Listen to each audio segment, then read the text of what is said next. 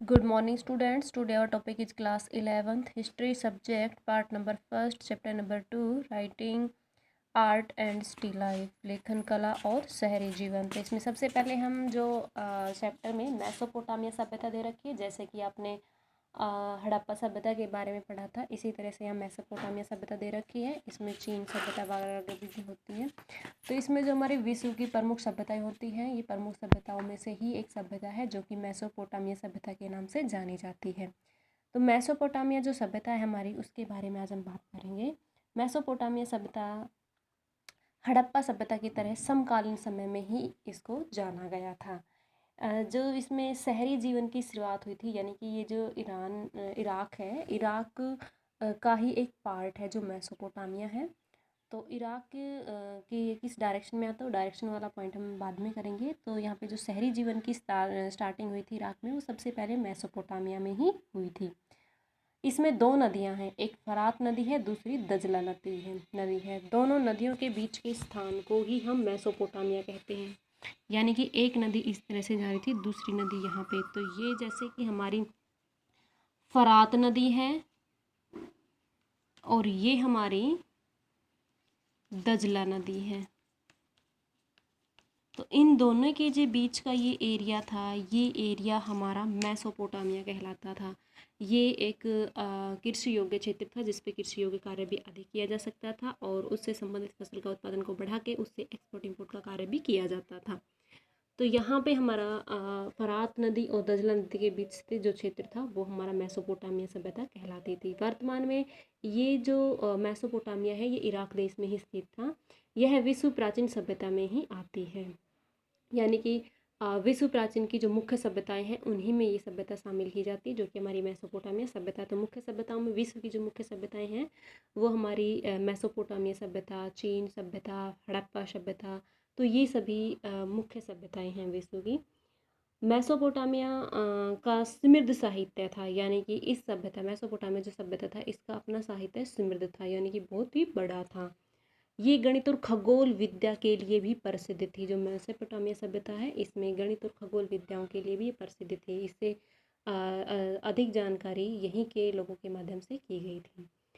यहाँ की जो लेखन प्रणाली है वो काफ़ी अच्छी थी, इसीलिए यहाँ पे लेखन से संबंधित कार्य भी किए जाते थे, क्योंकि यहाँ पे जो हमारा चैप्टर का नाम है वो लेखन कला ही है। तो लिखने से संबंधित यहाँ कार्य अधिक होता था और शहरी जीवन के बारे में ही इस चैप्टर में बताया गया है। अब हम बात करेंगे मेसोपोटामिया और उसकी भूगोलिक स्थितियाँ किस प्रकार की थी। तो यहाँ पे इराक की जो भूगोलिक स्थिति होगी, यानी कि मेसोपोटामिया मैंने अभी आपको बताया था कि ये इराक का ही एक पार्ट है।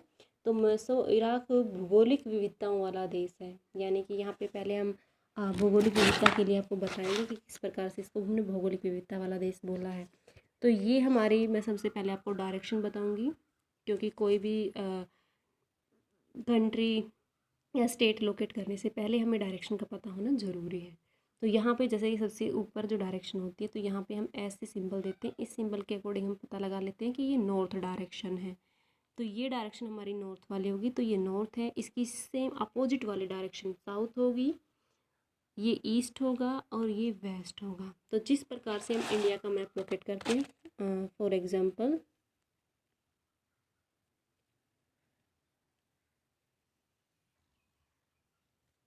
तो ये जिस तरह से इंडिया का मैप लोकेट करते हैं, सेम यही कंडीशन होती है कि यहाँ पे हम इराक का मैप बनाएंगे और इराक के मैप की फिर हम डायरेक्शन के बारे में आपको बताएंगे कि जो मेसोपोटामिया था ये कहाँ पे लोकेट था, या इराक की जो विविधता वाला देश कहा है तो वो किस तरह का था हमारा। तो इस तरीके से इराक जो कंट्री उसकी बाउंड्री आपको दिखाई गई है। तो यहाँ सबसे पहले इसके पूर्व की बात करेंगे, तो ये इसका वो हमारा पूर्व पार्ट है, यानी कि पूर्व में हम इसके बारे में बात करेंगे। तो यहाँ हरे भरे ऊंचे नीचे मैदान और पर्वत श्रृंखला है। यहाँ स्वच्छ झरने हैं, जंगली फूल यहाँ पाए जाते हैं विभिन्न प्रकार के, पर्याप्त मात्रा में यहाँ वर्षा भी होती है। तो यहाँ वर्षा अधिक होने के कारण ही यहाँ पे पेड़ हरे भरे रहते हैं और स्वच्छ झरने भी यहाँ पाए जाते हैं वर्षा अधिक होने के कारण, और जंगली फूल भी यहाँ पे पाए जाते हैं, क्योंकि जिन क्षेत्र में वर्षा कम मात्रा में होती है वहाँ पे इस प्रकार से हरे भरे वृक्ष या फिर जंगली फूल वगैरह नहीं पाए जाते। तो अधिक वर्षा होने के कारण यहाँ पे अच्छी प्रकार से कृषि कार्य भी किया जा सकता है। तो यहाँ पे मैंने आपको क्या क्या बताया था, हरे भरे वृक्ष, ऊंचे नीचे मैदान भी हैं, पर्वत श्रृंखला भी है। यहाँ पे स्वच्छ झरने, जंगली फूल और पर्याप्त मात्रा में वर्षा भी होती है। अब इसकी हम करते हैं नॉर्थ डायरेक्शन की बात, यानी कि ये आपकी उत्तर दिशा है। उत्तर में ऊंची भूमि है, यहाँ स्टेपीज घास के मैदान हैं, पशुपालन भी किया जाता है। दखला की सहायता से यहाँ पे नदियों, ईरान की पहाड़ी प्रदेशों में जाने के लिए परिवहन का अच्छा साधन भी यहाँ पे उपलब्ध है। तो यहाँ पे मैंने बताया कि स्टेपीज घास के मैदान है। तो ये जो स्टेपीज के घास के मैदान है ये हर कंट्री में अलग अलग नाम से जाने जाते हैं। जैसे ऑस्ट्रेलिया में अलग नाम से जाना जाता है, अफ्रीका में अलग नाम से जाना जाता है। तो हर कंट्री में, हर कॉन्टिनेंट में इस जो घास के मैदान, जैसे सवाना घास का मैदान है, तो इस प्रकार से इन सबको अलग अलग नाम दिया गया है। तो यहाँ पे जो हमारा इराक में इस प्रकार के घास के मैदान पाए जाते हैं उन्हें हमने स्टेपीज का नाम दिया है। फिर बात आती है हमारी डायरेक्शन साउथ की, जो कि हमारा दक्षिण डायरेक्शन है, दक्षिणी भाग है। ये रेगिस्तान है। इसी स्थान पर सबसे पहले नगर और लेखन प्रणाली देखी गई थी। तो फरात व दजला नदी यहाँ पे उपजाऊ मिट्टी लाकर जमा कर देती है। और फरात नदी रेगिस्तान प्रदेश में करने के बाद, यानी कि रेगिस्तान में प्रवेश करने के बाद कई सारी यहाँ पे धाराओं में ये बट जाती है। यानी कि पीछे से तो फरात नदी एक ही आती है, लेकिन रेगिस्तान में एंट्री करने के बाद ये कई पार्टों में डिवाइड हो जाती है, छोटी छोटी धाराओं में। ये छोटी छोटी जो धाराएं यहाँ पे बनी हुई होती हैं, इनसे सिंचाई की नहरों का काम देती हैं। यानी कि सिंचाई के लिए यहाँ पे छोटी छोटी जैसे नहर बनाती हैं, नहर के टाइप में ही धाराएं बनी हुई होती हैं, जिससे हम सिंचाई आसानी से कर लेते हैं।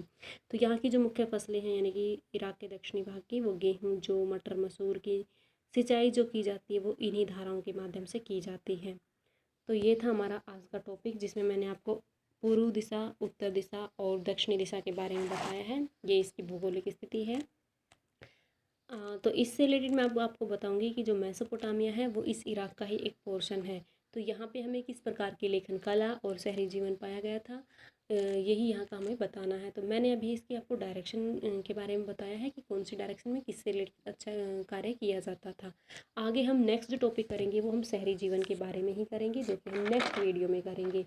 तो शहरीकरण और शहरों में माल की आवाजाही किसके कारण होती थी, ये सब हम नेक्स्ट वीडियो में करने वाले हैं। आज के लिए इतना ही टॉपिक होगा। Thank you students. होमवर्क जो होगा वो आपके इसमें 2 ही क्वेश्चन बनते हैं। मेसोपोटामिया सभ्यता का वर्णन करें, मेसोपोटामिया और उसकी भौगोलिक स्थिति का भी वर्णन करें। ये 2 क्वेश्चन होंगे आज के लिए, जिसके से संबंधित आपको नोट्स तैयार करने होंगे। Thank you student.